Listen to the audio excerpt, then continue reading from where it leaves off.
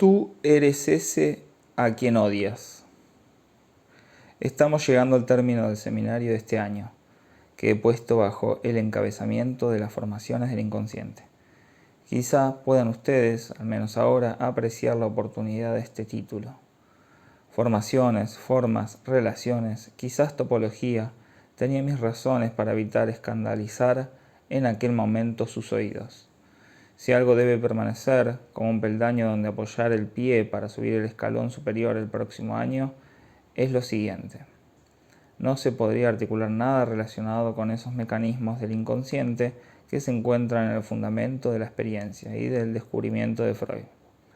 Si solo se tienen en cuenta tensiones y se consideran como insertas en una especie de progreso madurativo que se despliega en un abanico desde lo pregenital hasta lo genital, por otra parte, tampoco se puede tener en cuenta solo las relaciones de identificación tal como aparentemente, no son dadas a lo largo de la obra freudiana, como si se quisiera reducir la experiencia a una colección de personajes al estilo de la comedia italiana, con la madre y el padre en primer lugar, completándola con algunos otros.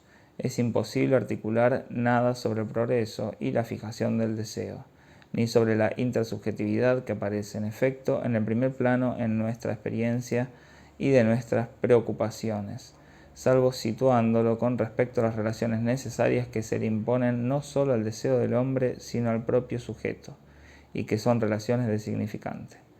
Por eso a lo largo de todo este año he tratado de familiarizarlos con este pequeño grafo que, por mi parte, me pareció oportuno desde hace algún tiempo empezar a usar como apoyo para mis experiencias.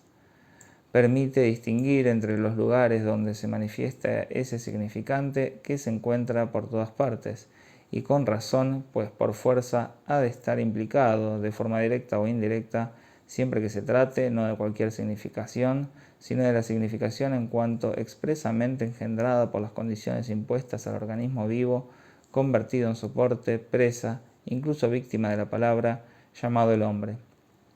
Hoy voy a conducirlos hasta las puertas de la pluripresencia, digamos, del significante del falo. Siempre el mismo, el que nos ocupa desde hace algunas sesiones. Es extremadamente importante distinguir bien los lugares donde en el sujeto este significante aparece en un caso determinado.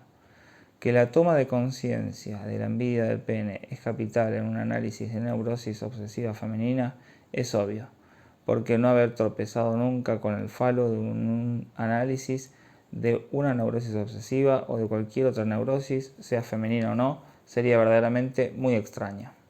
A fuerza de empujar el análisis en la dirección indicada en la obra El psicoanálisis, dicho de hoy, a fuerza de reducir las producciones fantasmáticas de la transferencia, lo que llaman esa realidad tan simple, la situación analítica, a saber que hay dos personas que, por supuesto, no tienen nada que ver con esos fantasmas, se puede llegar quizá a prescindir por completo del falo en la interpretación de un análisis, pero todavía no hemos llegado hasta ese punto. En verdad, ningún análisis desarrolla nunca como lo esquematizan en ese librito. Tenemos que hacer algo, evidentemente, con el significante falo. Decir que la toma de conciencia es la clave de la solución de la neurosis obsesiva no es decir gran cosa, pues todo depende de la forma en que se interprete este significante en los distintos puntos donde aparece, en los cuales no desempeña una función homóloga. No todo puede reducirse a una envidia del pene, como si fuera una rivalidad con el macho, tal como se acaba formulando a fin de cuentas en esta observación, asimilando entre ellas las relaciones de la enferma con su marido, con su analista y con los otros en general. Todo ello urdido por la propia observación. Evidentemente no es desde este punto de vista como el falo se pone de manifiesto. Se manifiesta en diversos puntos. No pretenderemos llevar a cabo un análisis exhaustivo de una observación que por otra parte nos plantean como un análisis no terminado y sobre el que solo tenemos documentos parciales, pero aún así tenemos con qué formarnos una idea justa. Así empezaré haciéndoles algunas indicaciones sobre esta observación, que sugerirán otras propiedades del grafo que empleamos. En esta observación se nos indica el sentimiento muy agudo de culpabilidad que acompaña en la paciente a sus obsesiones, por ejemplo, sus obsesiones religiosas. La aparición tan marcada de tales sentimientos de culpa en las neurosis obsesivas presenta una paradoja, pues sin duda el sujeto considera paralelamente que los pensamientos parasitarios que se le imponen le son ajenos, y él es más su víctima que su responsable. Esto nos permitirá quizá articular algo sobre el sentimiento de culpa. Desde hace algún tiempo casi se habla únicamente del término de superyo, que parece haberlo cubierto todo. En verdad no se puede decir que haya aclarado mucho las cosas.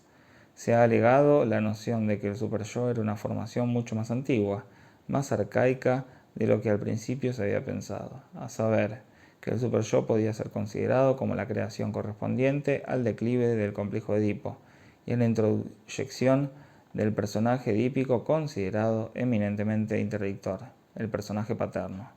Como ustedes saben, la experiencia nos ha obligado a admitir que había un superyo más antiguo.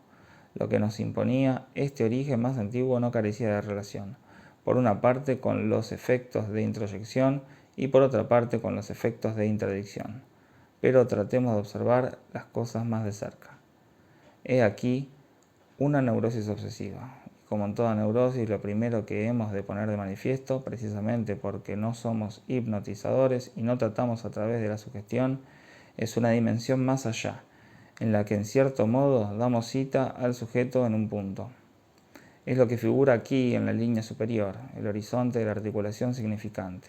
Ahí el sujeto, como se lo expliqué extensamente la última vez, se enfrenta con su demanda. De eso se trata cuando hablamos de un proceso alternante de regresiones y de identificaciones sucesivas. Ambas se alternan en la medida en que al regresar, cuando el sujeto tropieza con una identificación, se detiene en el camino de la regresión. La regresión se escribe por entero, como se lo he mostrado a ustedes, en aquella apertura retroactiva que se le ofrece al sujeto con solo articular su palabra, porque la palabra hace surgir hasta el origen toda la historia de esa demanda en la que toda su vida de hombre hablante se ha insertado. Si observamos con cuidado y limitándonos a redescubrir lo que siempre se ha articulado, hay una forma fundamental que encontramos en el horizonte de toda demanda del sujeto obsesivo y que constituye precisamente el mayor obstáculo para la articulación por su parte de su demanda.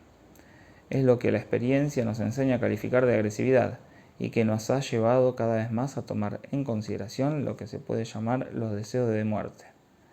Esta es la dificultad principal, inaugural, ante la que se quiebra, se fragmenta, se desarticula la demanda del obsesivo, lo cual justifica la anulación, el aislamiento, todas las defensas y muy primordialmente en los grandes obsesivos, aquel silencio a menudo tan prolongado que a veces cuesta todas las dificultades del mundo vencer en el curso de un análisis.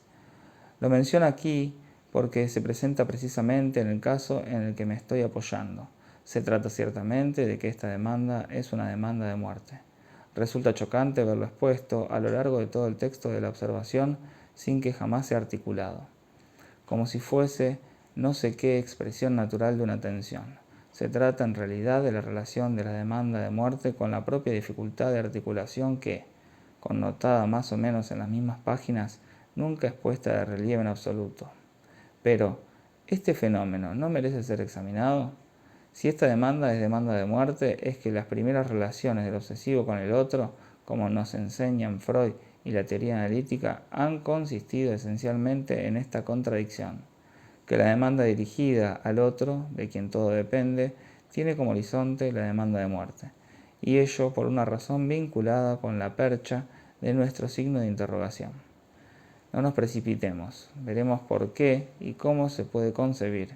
Con este punto de partida no es tan simple hablar, con la señora Melanie Klein, de pulsiones agresivas primordiales. Dejemos ahí esa especie de maldad primordial del niño de pecho, cuyo primer movimiento sería, si pudiera, morder y desgarrar el seno de su madre, como destaca el Marqués de Sade. Sin embargo, no en vano la articulación del problema del deseo en su perversidad innata nos lleva hasta el divino Marqués, que no fue el único en plantear en su época, de manera muy intensa y muy aguda, la cuestión de las relaciones del deseo con la naturaleza. Entre ambos ¿Hay una profunda armonía o disarmonía? Este es el fondo de aquella interrogación. Apasionada, inseparable de toda la filosofía de la Aufklärung, transmitida por toda una literatura. Me apoyé en esto en mis primeros seminarios para mostrar un parentesco, una analogía. Volveré a tratar sobre esto al año próximo a propósito del deseo. Entre la interrogación original de Freud y la interrogación filosófica de la Aufklärung, acompañada de todo el erotismo literario que es su correlato indispensable. Así, esa demanda de muerte no sabemos de dónde viene. Antes de decir que surge de los instintos más primordiales de una naturaleza vuelta contra sí misma, empecemos por situarla allí donde se encuentra, es decir, en el nivel donde, yo no diría que se articula, sino que impide toda articulación de la demanda del sujeto. Obstaculiza el discurso del obsesivo tanto cuando está solo consigo mismo como cuando empieza su análisis sumido en el desasosiego que nos describe en este caso nuestro analista. Su analizada presenta en efecto al principio del análisis una imposibilidad de hablar que se traduce en reproches, incluso injurias, incluso en el despliegue de todo lo opuesto a lo que una enferma le dice a un médico. Conozco lo suficiente a los médicos como para saber que entre ellos se burlan de sus enfermos. Usted es más instruido que yo. Para una mujer es imposible hablar con un hombre. Esta avalancha muestra el surgimiento correlativo de la actividad de la palabra, de la dificultad de la pura articulación, el fondo de la demanda que supone ya en el horizonte el solo hecho de entrar en el campo de la terapéutica analítica se presenta aquí de inmediato. La demanda de muerte, si se sitúa allí donde nosotros la hemos puesto, es decir, en este horizonte de la palabra, en la implicación que constituye el fondo de toda articulación posible de la palabra, y si este es aquí el obstáculo, el esquema les mostrará quizá un poco mejor la articulación lógica en la que se sostiene, no sin algunas suspensiones o detenciones del pensamiento. La demanda de muerte representa para el sujeto obsesivo un callejón sin salida, cuyo resultado es lo que se llama impropiamente una ambivalencia y es más bien un movimiento de oscilación, de columpio, en el que el sujeto se ve lanzado como hacia los dos extremos de un callejón sin salida de donde no puede escapar. Tal como lo articula el esquema, la demanda de muerte requiere ser formulada en el lugar del otro, en el discurso del otro. Y esto significa que no se debe buscar su razón en alguna historia cualquiera que concierna, por ejemplo, a la madre, quien habría sido objeto de un anhelo de muerte a propósito de alguna frustración. La demanda de muerte concierne al otro de una forma interna. El hecho de que este otro sea el lugar de la demanda implica en efecto la muerte de la demanda.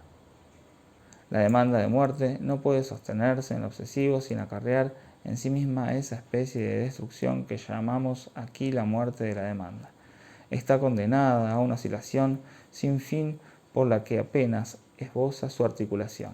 Esta se extingue. Esto constituye ciertamente el fondo de la dificultad de articulación de la posición del obsesivo. Entre la relación del sujeto obsesivo con su demanda, S barrada, rombo, D mayúscula, y el otro, A mayúscula, que le es tan terroríficamente necesario y que lo sostiene, pues de lo contrario no sería un obsesivo. Encontramos el deseo, D minúscula, en sí mismo anulado, aunque su lugar se mantiene. Este deseo lo hemos caracterizado por una Verneinung, porque se expresa, aunque en forma negativa, lo vemos aparecer efectivamente de esta forma cuando un analizado, después de decirnos no es que esté pensando en tal cosa, nos articula un deseo agresivo, de desaprobación, despreciativo, referido a nosotros. En efecto, lo que ahí manifiesta es su deseo, pero solo puede manifestarlo negado. Pero, ¿cómo es que esta forma de deseo, aun siendo negada, no deja de ir acompañada de un sentimiento de culpa? Ahí es donde nuestro esquema nos permite proceder a algunas distinciones que a continuación volverán a sernos útiles. Las oscuridades respecto de las incidencias del superyo, relacionadas con la extensión de nuestra experiencia de esta instancia, provienen esencialmente de la ausencia de una distinción fundamental. Conviene distinguir en efecto entre la culpa y la relación con la ley. Hay una relación del sujeto con la ley. En cuanto a la culpa, nace sin ninguna clase de referencia a dicha ley. Este es el hecho que nos proporciona la experiencia analítica. El paso ingenuo de la dialéctica de la relación del pecado con la ley no fue articulado en la palabra de San Pablo, a saber, que es la ley la que hace el pecado. De ello resulta, de acuerdo con la frase del viejo Karamazov, en la que en una época insistí, si no hay Dios, entonces todo está permitido. Una de las cosas más extrañas que pueda haber, y nos la ha tenido que anunciar el análisis, es que no hay ninguna necesidad de una referencia cualquiera, ni a Dios ni a su ley, para que el hombre nade literalmente en la culpa. La experiencia nos lo enseña. Incluso parece que se pueda formular la expresión contraria, a saber, que si Dios está muerto, ya nada está permitido. Ya conté eso en su momento. ¿Cómo articular, pues, la aparición del sentimiento de culpa en la vida del sujeto neurótico? Remitámonos a los primeros pasos del análisis, a propósito de qué lo puso de relieve Freud en primer lugar como fundamental, como una manifestación subjetiva esencial del sujeto. A propósito del complejo de Edipo, los contenidos del análisis ponían de manifiesto un deseo hasta entonces profundamente escondido, el deseo por la madre, en relación con la intervención de un personaje que es el padre tal como había surgido de las primeras aprehensiones del complejo de Edipo. Padre terrible y destructor. Es lo que se manifiesta en efecto en la forma de los fantasmas de castración. Descubrimiento del análisis del que antes no se tenía la menor idea, con respecto al cual creo haberles articulado este año su carácter necesariamente impensable si no se plantea que el falo es una imagen vital privilegiada, elevada a la significación de significante. Aquí desempeña la función de la castración como lo que señala el impacto de la interdicción que afecta al deseo. De hecho, todo lo que se relaciona en nuestra experiencia con el superyo se ha de articular en tres etapas que corresponden estrictamente. 1, 2, 3, con las tres líneas aquí esquematizadas, la línea superior, la del deseo, la de la demanda. Esta línea de horizonte no se formula en el neurótico, y por eso es neurótico. Aquí reina el mandamiento. Llámenlo como quieran, llámenlo los 10 mandamientos. ¿Por qué no? En otro tiempo les dije que los 10 mandamientos eran muy probablemente las leyes de la palabra, a saber, que todos los desórdenes empiezan a afectar el funcionamiento de la palabra a partir del momento en que no son respetados. Tratándose de la demanda de muerte, evidentemente, es el no matarás lo que está en el horizonte y constituye su drama. Pero el impacto del castigo no se deriva de lo que surge en este lugar como respuesta. Es que, por razones derivadas de la estructura del otro para el hombre, la demanda de muerte es equivalente a la muerte de la demanda. Este es el nivel del mandamiento. Existe tanto que en verdad emerge solo. Si ustedes leen las notas tomadas por Freud sobre su caso del hombre de las ratas, se trata del precioso suplemento publicado en la Standard Edition, donde se encuentran algunos elementos cronológicos cuyo conocimiento es inestimable. Verán que los primeros contenidos obsesivos de los que le habla el sujeto son las órdenes que recibe. Te examinarás antes de tal fecha o ¿qué pasaría si recibiera la orden? Vas a cortarte el cuello. Y ya saben ustedes en qué estado de pánico entra cuando se le ocurre la orden. Vas a cortarle el cuello a la vieja dama, que retiene lejos de él su enemigo. También vemos aparecer de la forma más clara estos mandamientos en otro contexto, en los psicóticos. Los reciben tales mandamientos y uno de los puntos de demarcación de la clasificación es saber en qué medida los obedecen. En resumen, la psicosis sitúa en el horizonte de la relación del sujeto con la palabra la autonomía de esta función del mandamiento, experiencia que por fuerza hemos de considerar fundamental. El mandamiento puede permanecer velado, en el obsesivo está velado y fragmentado y solo aparece a pedazos. La culpa. ¿Dónde en esta línea vamos a situarla? La culpa, como diría Perogrullo, es una demanda percibida como prohibida. Habitualmente todo queda confundido en el término de interdicción, y la noción de demanda se elude, mientras que al parecer van juntas, aunque esto tampoco es seguro, como veremos. ¿Por qué esta demanda es percibida como prohibida? Si lo fuese simplemente porque, como se suele decir, eso está prohibido, no habría ningún problema.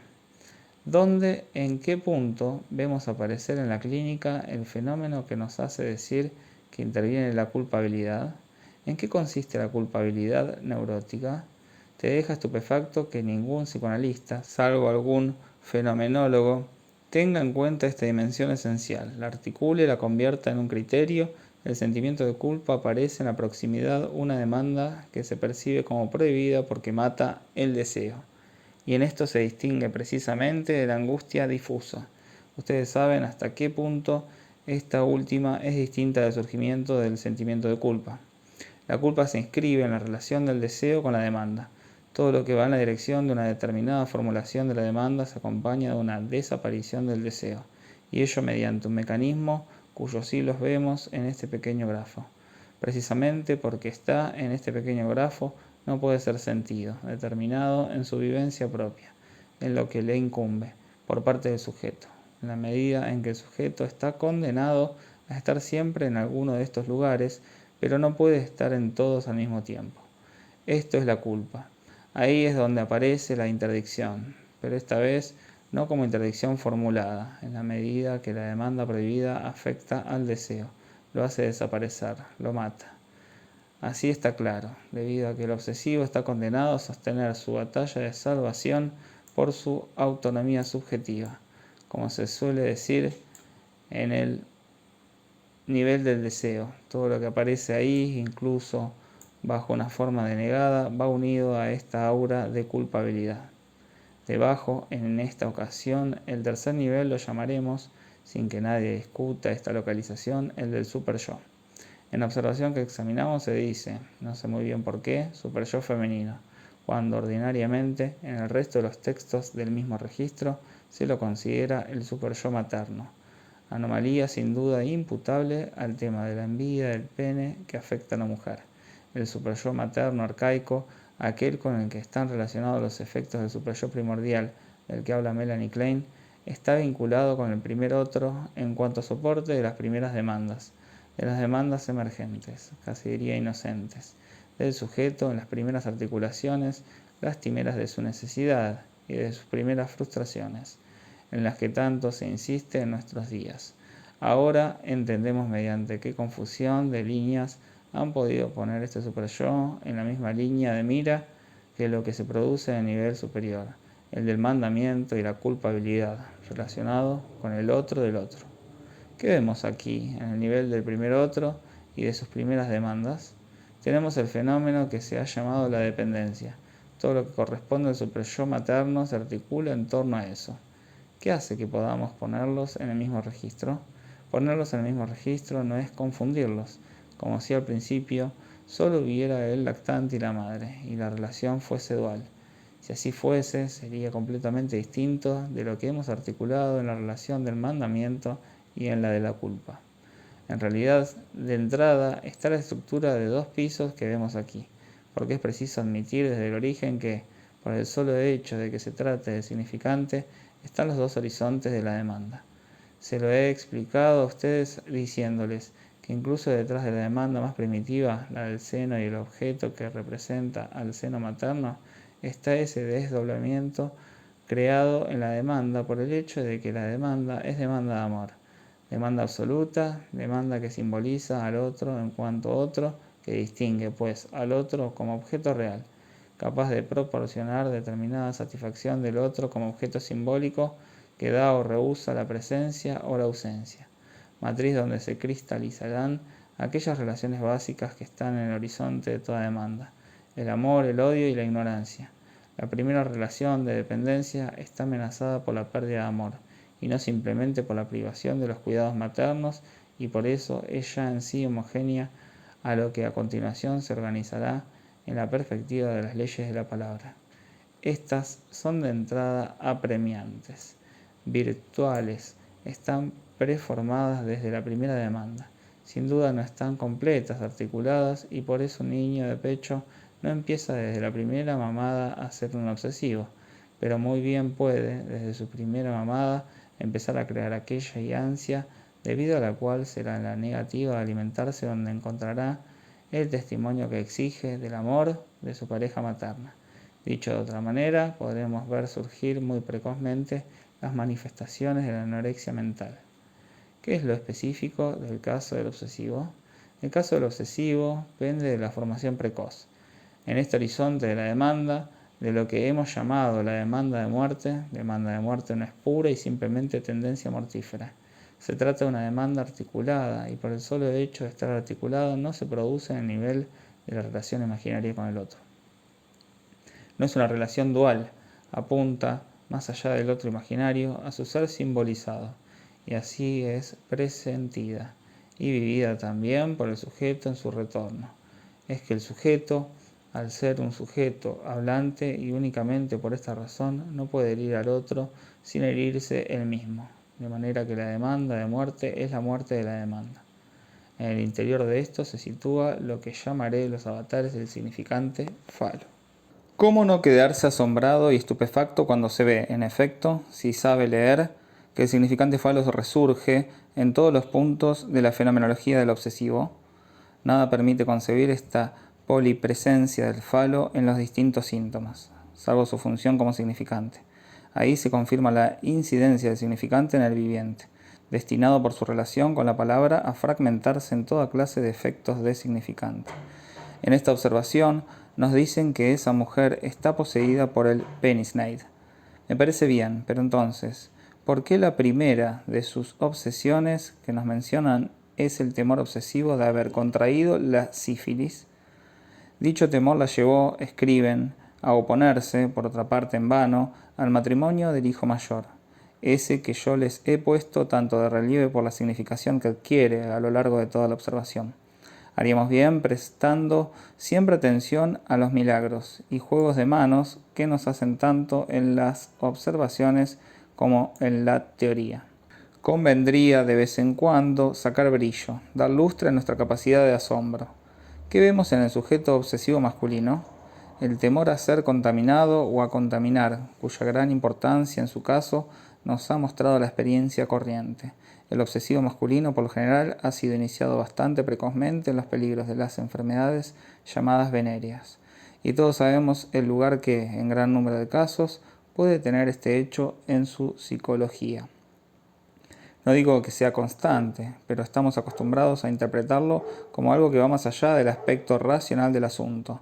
Como siempre, está en Hegel, aunque desde hace algún tiempo las cosas van también gracias a algunas intervenciones medicamentosas. De todas formas, el obsesivo sigue estando muy obsesionado por todo lo que puedan engendrar sus actos impulsivos de cariz libidinal. Por nuestra parte, seguimos acostumbrados a ver en ello un impulso agresivo que se adivina bajo la pulsión libidinal, que hace que en cierto modo el falo sea algo peligroso. Si nos limitamos a la noción de que el sujeto está en una relación de exigencia narcisista con respecto al falo, nos parece muy difícil justificar esta primera obsesión. ¿Por qué? Precisamente porque aquí esta mujer hace del falo un uso estrictamente equivalente al de un hombre, o sea que a través de su hijo se considera peligrosa. En esa ocasión lo entrega como una prolongación suya, lo cual quiere decir que no hay Penisneid que la detenga. El falo lo tiene en forma de ese hijo, verdaderamente lo tiene, ese falo, porque a su alrededor cristaliza la misma obsesión que los enfermos masculinos.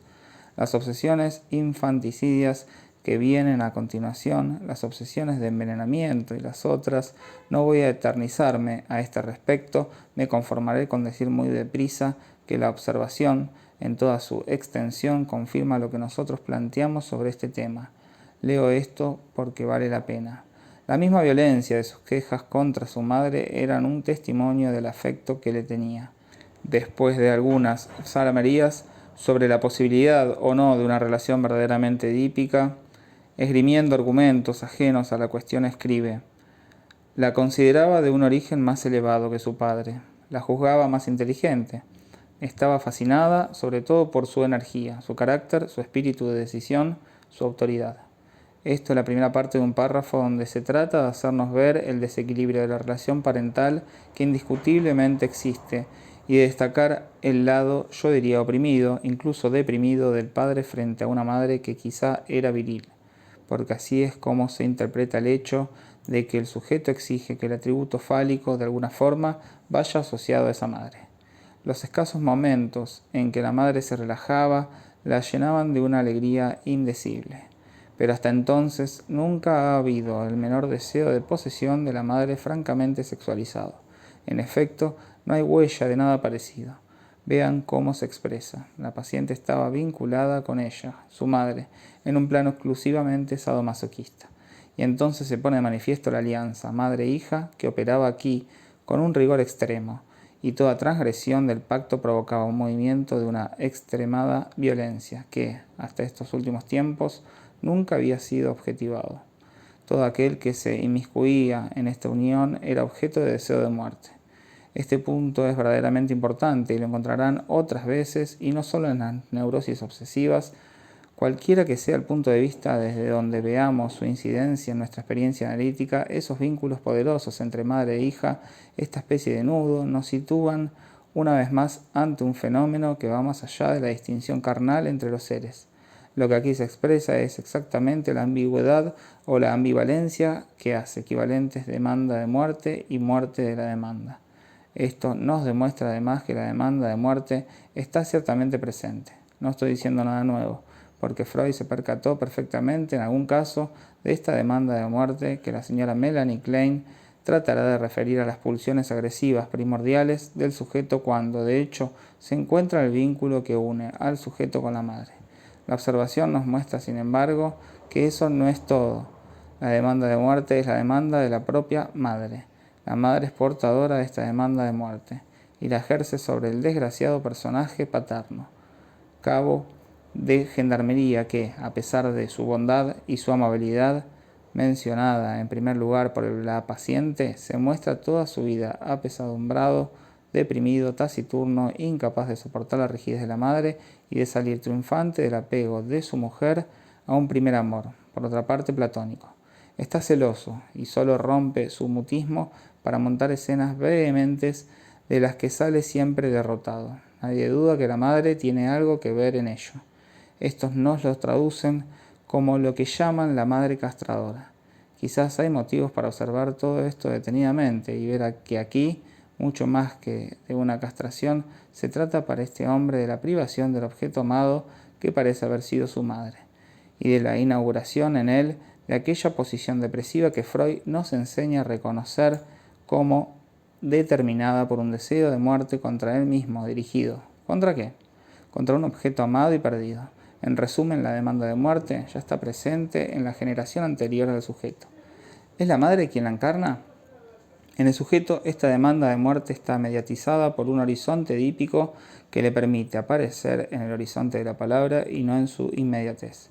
Si no estuviera mediatizada de este modo, no tendríamos una obsesiva, sino una psicótica.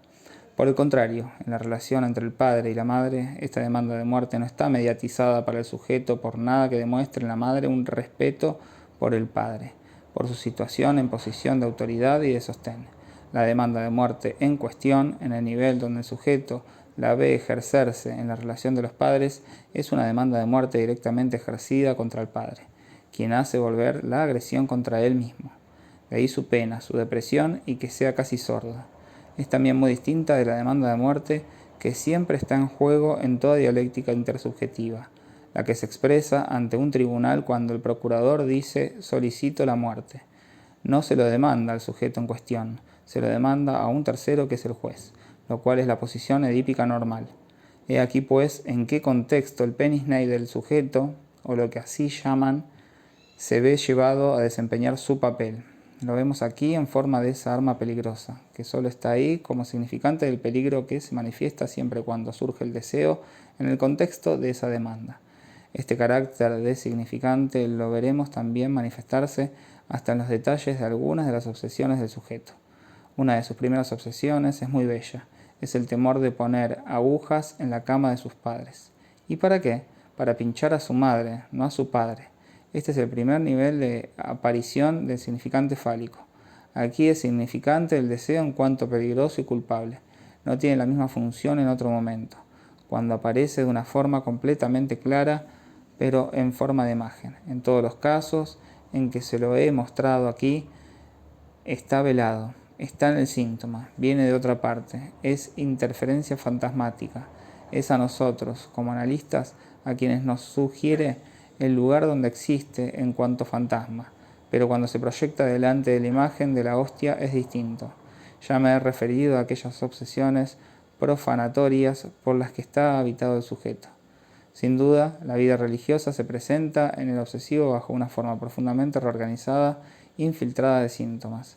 Pero por una especie de curiosa conformidad, esta vida religiosa y especialmente la vida sacramental demuestra ser perfectamente adecuada para proporcionar a los síntomas del obsesivo el surco, el molde donde se vierte con tanta facilidad, especialmente en la religión cristiana. No he practicado mucho con la obsesión en musulmanes, por ejemplo, pero valdría la pena ver cómo se las apañan.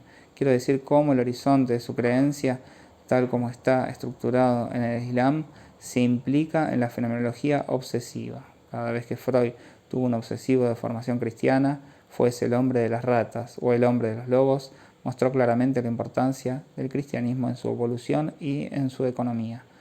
Por fuerza, se ha de ver que, mediante sus artículos de fe, la religión cristiana nos coloca aquella solución asombrosa, osada, es lo menos que se pueda decir, descarada, consistente en hacer que una persona encarnada, hombre-Dios, soporte esa función del significante cuya acción deja su marca en la vida en cuanto tal. El logos cristiano, como logos encarnado de una solución precisa al sistema de las relaciones entre el hombre y la palabra, y no sin motivo, el Dios encarnado, fue llamado el Verbo. Por otra parte, no ha de asombrarnos que, en esta observación, sea en el nivel del símbolo siempre renovado de esta encarnación donde el sujeto hace aparecer el significante falo que para ella lo sustituye. Por supuesto, este significante no forma parte propiamente del contexto religioso, pero si lo que decimos es cierto, no es sorprendente verlo aparecer en este lugar. En este lugar desempeña con toda seguridad un papel muy distinto que allí donde lo hemos interpretado primero, cuando aparece una vez más en un punto ulterior de la observación. Sería igualmente abusivo interpretar su función como homogénea a la perspectiva en la que se interviene aquí en el nivel del síntoma, cuando, en un periodo mucho más avanzado de la observación, el sujeto comunica a su analista este fantasma. He soñado que aplastaba a patadas la cabeza de Cristo y la cabeza se parecía a la suya. La función del falo no se identifica aquí, como creen necesario decirnos, con el analista como portador del falo. Si el analista es identificado con el falo es porque encarna para el sujeto en ese momento de la historia de la transferencia el efecto del significante. La relación con la palabra cuyo horizonte empieza ella a proyectar entonces un poco más debido a cierto número de defectos de distensión surgidos en la cura. Interpretarla en este momento de una forma homogénea en términos de Penny-Snade es echar a perder la oportunidad de poner a la paciente en relación con lo más profundo que hay en su situación. En efecto, en tal caso quizás hubiera podido percatarse de la relación que, en un tiempo lejano, había establecido entre aquella X que provocó fundamentalmente la demanda del otro como demanda de muerte, y la primera percepción que pudo tener de la rivalidad intolerable en la forma del deseo de la madre aferrado a aquel amor lejano que la distraía al mismo tiempo de su marido y de su hija. Aquí el falo hay que situarlo en el significante del otro como otro tachado, S A barrada, como idéntico a la más profunda significación que el otro haya alcanzado por el sujeto. El falo aparece una vez más en la misma posición en un momento ligeramente posterior del análisis, cuando empezaron a ser tenidos en consideración muchos sueños que lo hacían manifestarse en esta perspectiva. En uno de sus sueños, que es de lo más común observar en la mayoría de las neurosis, la paciente se descubre ella misma como ser fálico al ver uno de sus senos reemplazado por un falo, o un falo situado entre sus dos senos. Es uno de los fantasmas oníricos más frecuentes que se puedan encontrar en todo análisis. ¿Se trata, como nos dicen, de un deseo de identificación masculina con posesión fálica? Se lanzan a especular.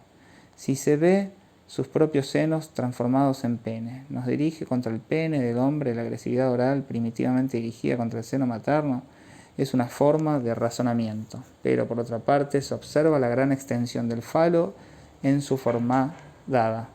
Es bien conocido que su presencia puede ser polifálica. Cuando hay más de un falo, Yo casi diría que nos encontramos ante una escisión de aquella imagen fundamental que nos presenta bastante bien Diana Efesia, cuyo cuerpo está hecho de una profusión de senos. Habiendo establecido ya el analista la equivalencia del zapato con el falo, tras 2 intentos, viene un sueño que según el analista los confirma. Hago reparar mi zapato por un zapatero. Luego subo a un estrado adornado con lamparillas azules, blancas, rojas, donde solo hay hombres. Mi madre está entre el público y me contempla admirada. ¿Podemos conformarnos en este caso con hablar de penisnei? ¿No es evidente que la relación con el falo es aquí de otra clase? El propio sueño indica que está vinculado con una relación de exhibición y no ante quienes son sus portadores, los otros hombres que se encuentran con ella en el estrado. Y las lamparillas azules, blancas, rojas, casi es demasiado fácil decirlo, evocan toda clase de trasfondo diversamente obscenos, sino ante su madre. Aquí encontramos aquella relación fantasmática compensatoria de la que les hablaba la última vez. Relación de poder, sin duda, pero con respecto al tercero, que es su madre. La presencia del falo en la relación del sujeto con la imagen del semejante, del otro con minúscula, de la imagen de cuerpo, es precisamente algo cuya función propia en el equilibrio del sujeto se debería estudiar en vez de interpretarlo, y asimilarlo pura y simplemente a su función en sus otras apariciones. Esto demuestra una falta flagrante de criterios en la orientación de la interpretación. A fin de cuentas, ¿a qué apuntan todas las intervenciones del analista en esta observación? A facilitar en el sujeto lo que él llama la toma de conciencia, de no sé qué falta, nostalgia del pene en cuanto tal, facilitándole la salida de sus fantasmas por el procedimiento de centrarla en un fantasma menos potente, cuando la mayoría de los hechos van contra esta interpretación. El falo del análisis ha cambiado su sentido para la paciente, se ha vuelto legítimo. Esto consiste más o menos en enseñarle a amar sus obsesiones. Es ciertamente lo que nos plantean como balance de esta terapéutica. Las obsesiones no han disminuido, simplemente la enferma ya no experimenta sentimientos de culpa por ellas.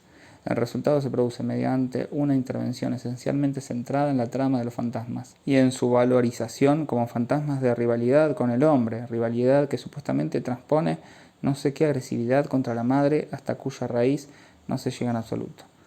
Se llega a lo siguiente: la operación autorizante del analista separa de la demanda de muerte fundamental la trama de las obsesiones. Al operar así se autoriza, a fin de cuentas, se legitima el fantasma.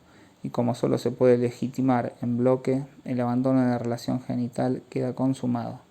A partir del momento en que el sujeto aprende a amar sus obsesiones, porque ellas son las que quedan investidas de la plena significación de lo que le sucede, vemos desarrollarse al final de la observación toda clase de intuiciones extremadamente exaltantes. Les ruego que lo lean, porque ya es demasiado tarde para que lo lea hoy por ustedes. Encontramos aquí, sin lugar a dudas, ese estilo de efusión narcisista, fenómeno que algunos han destacado al final de los análisis. El autor no se hace demasiadas ilusiones a este respecto. La transferencia positiva, escribe, se precisó bajo estas características de Edipo fuertemente pregenitalizado, y concluyo en el tono de algo profundamente inacabado, haciéndose muy pocas ilusiones respecto de la posibilidad de una solución verdaderamente genital como él se expresa. Lo que no parece en absoluto que se haya visto es la estrecha correlación de este resultado con la propia forma de la interpretación, a saber, que va dirigida a la reducción de la demanda más que a su elucidación. Es tanto más paradójico cuanto que en nuestros días se tiene, sin embargo, el hábito de subrayar la importancia de la interpretación de la agresividad. Quizá este término sea precisamente demasiado vago para que los practicantes puedan orientarse siempre. El término de demanda de muerte podría suplirlo con ventaja, como se hace en alemán, con el fin de indicar el nivel de articulación subjetiva de la demanda que es exigible alcanzar. Como hace un rato he mencionado los mandamientos y he hablado también del cristianismo, quisiera terminar llamando su atención sobre aquel mandamiento que no es uno de los menos misteriosos. No es un mandamiento moral, porque está basado en la identificación. Es el que, en el horizonte de todos los mandamientos, se promueve mediante su articulación cristiana en la fórmula amarás a tu prójimo como a ti mismo. No sé si nunca se han parado a pensar en lo que esto supone. Supone toda clase de objeciones. En primer lugar, las bellas almas se exclaman, como a ti mismo, más.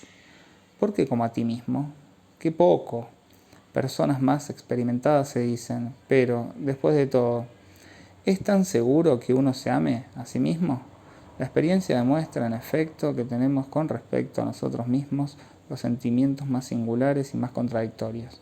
Y además, este ti mismo puede parecer, considerado desde cierta perspectiva, que sitúa el egoísmo en el corazón del amor. ¿Cómo convertirlo en la medida, el módulo, el parangón del amor? Esto es lo que más sorprende. En verdad, estas objeciones son completamente válidas y podríamos hacerlas visibles con la imposibilidad de responder en primera persona a esta clase de interpelación. Nadie ha supuesto nunca que un amo a mi prójimo como a mí mismo pueda dar la respuesta, porque entonces la debilidad de la formulación del mandamiento saltaría a la vista. Si merece, sin embargo, que la examinemos, es porque ilustra lo que he llamado a su momento el horizonte de la palabra del mandamiento. Si la articulamos desde donde ha de partir, es decir, desde el lugar del otro, revela ser algo muy distinto, a saber, un círculo simétrico y paralelo al que les mostraba como subyacente a la toma de posición del otro, ya solo en el plano de la primera demanda, que se enuncia: tú eres el que me matas. El como a ti mismo con el que, consumándose, se articula el mandamiento, no podría ser la expresión de un egoísmo cualquiera, porque el ti nos lleva a reconocer en este ti mismo nada más y nada menos al tú. El mandamiento cristiano revela entonces su valor al prolongarlo. Como tú mismo eres, en la palabra ese a quien odias en la demanda de muerte porque lo ignoras. Aquí es donde alcanza el punto de horizonte donde se articula la consigna de Freud. Su Wo es War, soll ich werden. Es también lo que otra sabiduría expresa en su tú eres eso. Esto es lo que al final ha de indicar la asunción auténtica y plena del sujeto en su propia palabra. Y ello significa que en el horizonte de la palabra, sin el cual nada en el análisis podría articularse, salvo trazando falsos caminos y produciendo desconocimientos, el sujeto reconozca dónde está. 2 de julio de 1958.